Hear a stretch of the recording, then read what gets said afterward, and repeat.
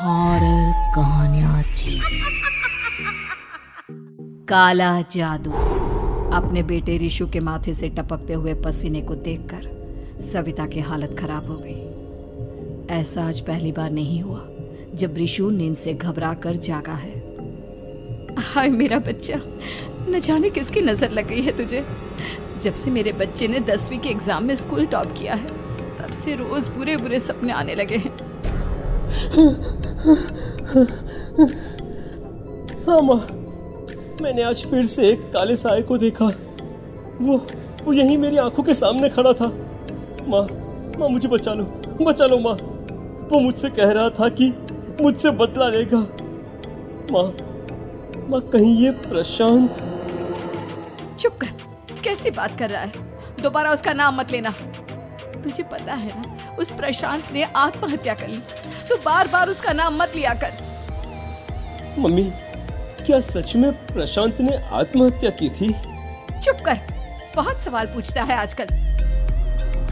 और फिर रात के बाद सविता के पूरे घर में एक अजीब सा काला धुआं छाने लगा। गहरी नींद में सोई सविता की जैसे ही आंख खुली उसका दम घुटने लगा। वो दौड़कर रिशु के रूम की तरफ गई जहां उसके दरवाजे पर घूमती एक काली परछाई देख वो बुरी तरह से घबरा गई।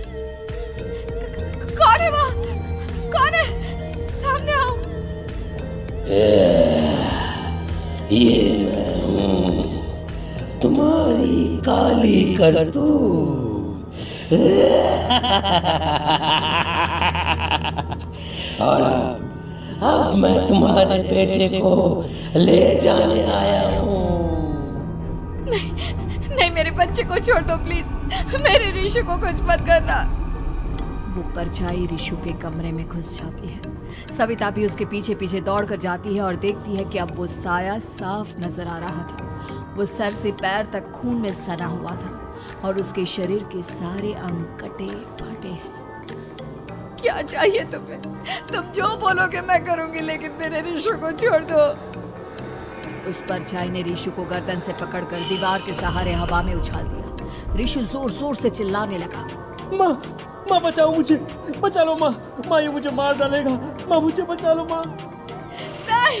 नहीं ऐसा मत करो, मुझे मार दो लेकिन मेरे बच्चे को छोड़ दो। मैं तुम्हारे आगे हाथ जोड़ती हूँ। वो परछाई रिशु को जमीन पर गिरा देती है और अचानक वहां से गायब हो जाती है। रिशु, मेरा बच्चा, तू ठीक तो है ना? कुछ बोल बेटा, क्या हुआ है तुझे? मैं ठीक हूँ माँ। क्या हुआ था यहाँ पर? कुछ नहीं बेटा, कुछ नहीं। तू परेशान मत हो। हम कल ही गांव के बाहर जो तांत्रिक महाराज रहते हैं उनके पास चलेंगे। ठीक है माँ, हम जल्द ही उनके पास चलेंगे। मुझे बहुत डर लग रहा है माँ। ये बार बार मुझे डरावने सपने आना, ये सब हमारे साथ क्यों हो रहा है माँ? अगले दिन सविता अपने बेटे रिशु को लेकर गांव के बाहर तांत्रिक के पास जाती है। जिस जगह पर तांत्रिक रहा करता था वो जगह बहुत डरावनी थी। चारों तरफ कंकाल और खूब भूतियां नजर आ रही थी। गांव से दूर वीराने में उस जगह पर जोर से आंधी चल रही थी। रिशु ने डर कर अपनी माँ का हाथ पकड़ लिया। माँ मुझे बहुत डर लग रहा है। ये कैसी जगह है? देख बेटा, हमारे साथ जो कुछ भी हो रहा है उसका इलाज सिर्फ और सिर्फ ये तांत्रिक महाराज ही बता सकते हैं। अब यही है जो हमें प्रॉब्लम से बाहर निकाल सकते हैं।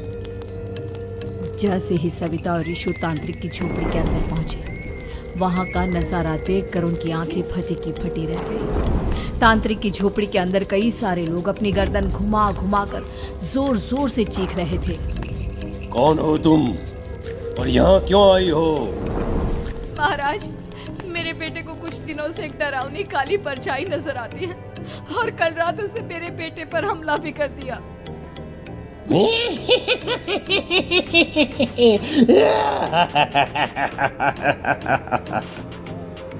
मम्मी हमें यहाँ से चलना चाहिए। ये जगह मुझे ठीक नहीं लगती।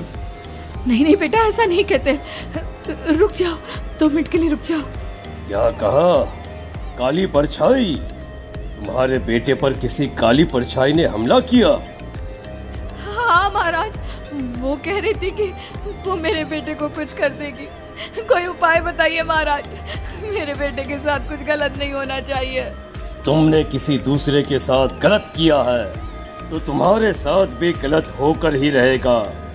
तुमने किसी की जान ली है, किसी को मार डाला है तुमने। नहीं महाराज, मैंने ऐसा कुछ नहीं किया। मैंने किसी की जान नहीं ली। मुझे कोई उपाय बताइए। लगता है तुम इतनी आसानी से नहीं मानोगी। मैं तुम्हें अभी उस काली परछाई से मिलवा देता हूँ और वही सारा सच तुम्हारे सामने लेकर आएगा। सविता और ऋषु ने डर के मारे अपनी आंखें बंद कर ली। तभी अचानक तांत्रिक की झोपड़ी में अजीबोगरीब आवाजें गूंजने लगी। सविता और ऋषु बुरी तरह से कांप रहे थे। आंखें खोलो और अपने सामने देखो। क्या यही है वो जिससे तुम कल रात को मिली थी? बताओ मुझे। हाँ, इसने कल रात मेरे बेटे के ऊपर हमला किया था।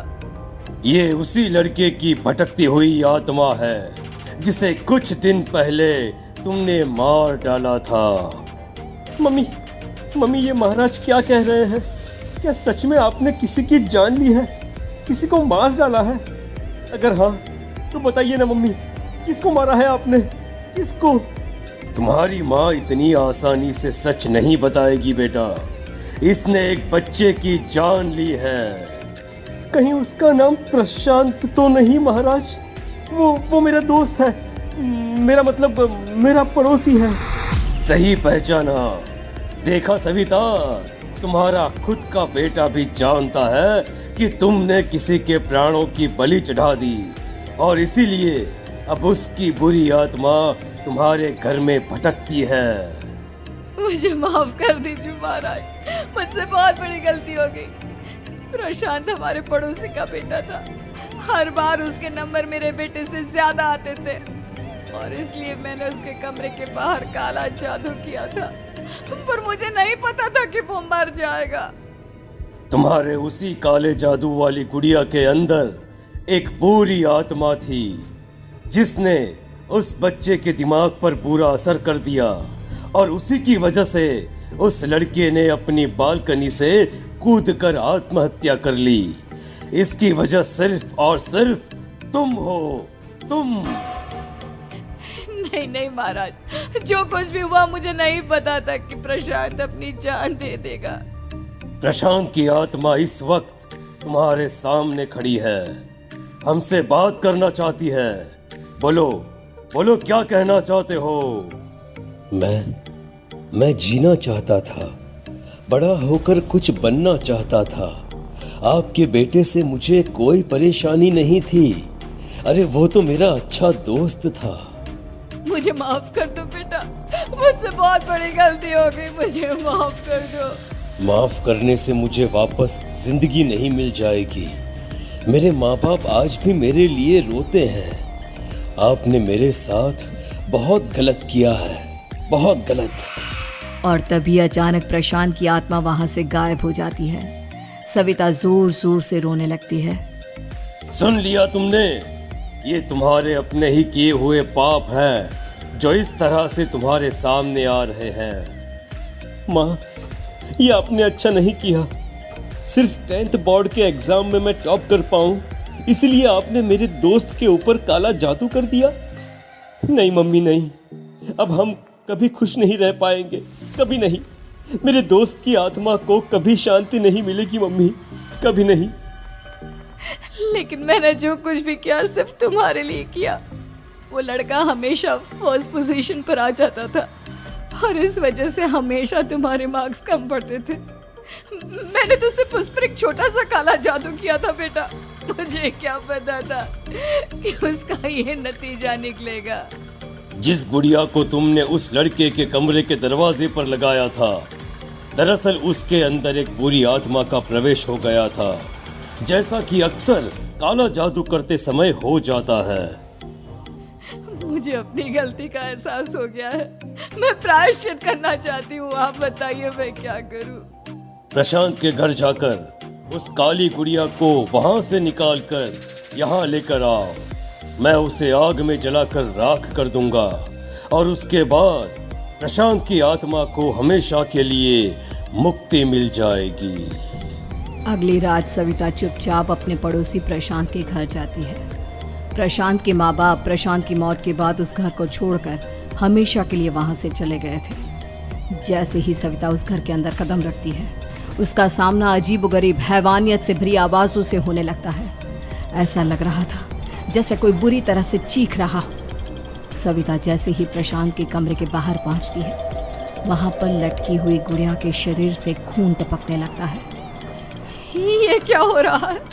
इस गुड़िया के शरीर से खून क्यों टपक रहा है? सविता हिम्मत करते हुए उस गुड़िया को वहां से उतारने की कोशिश करती है, लेकिन तभी अचानक से बहुत भयानक दिखने वाली औरत उसकी आंखों के सामने आकर खड़ी हो जाती है।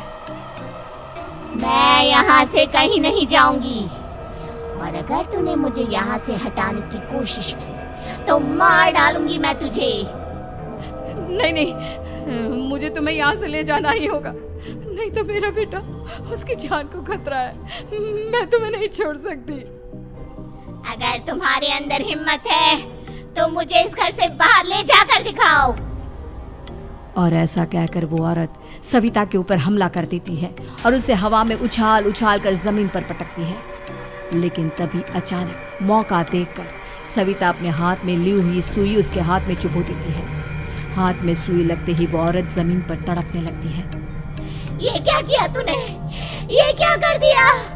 तुझे ऐसा नहीं करना चाहिए था। तांत्रिक ने मुझे कहा था कि तुझसे जीतने का सिर्फ यही एक तरीका है जिससे मैं अपने पापों का प्रायश्चित कर सकती हूँ और अपने बेटे की जान बचा सकती हूँ। और उसके बाद वो डरावनी दिखने वाली औरत एक छोटी सी जादुई गुड़िया में तब्दील हो गई और सविता ने उसे ले जाकर तांत्रिक को दे दिया। तांत्रिक ने जादुई गुड़िया को आग के हवाले कर दिया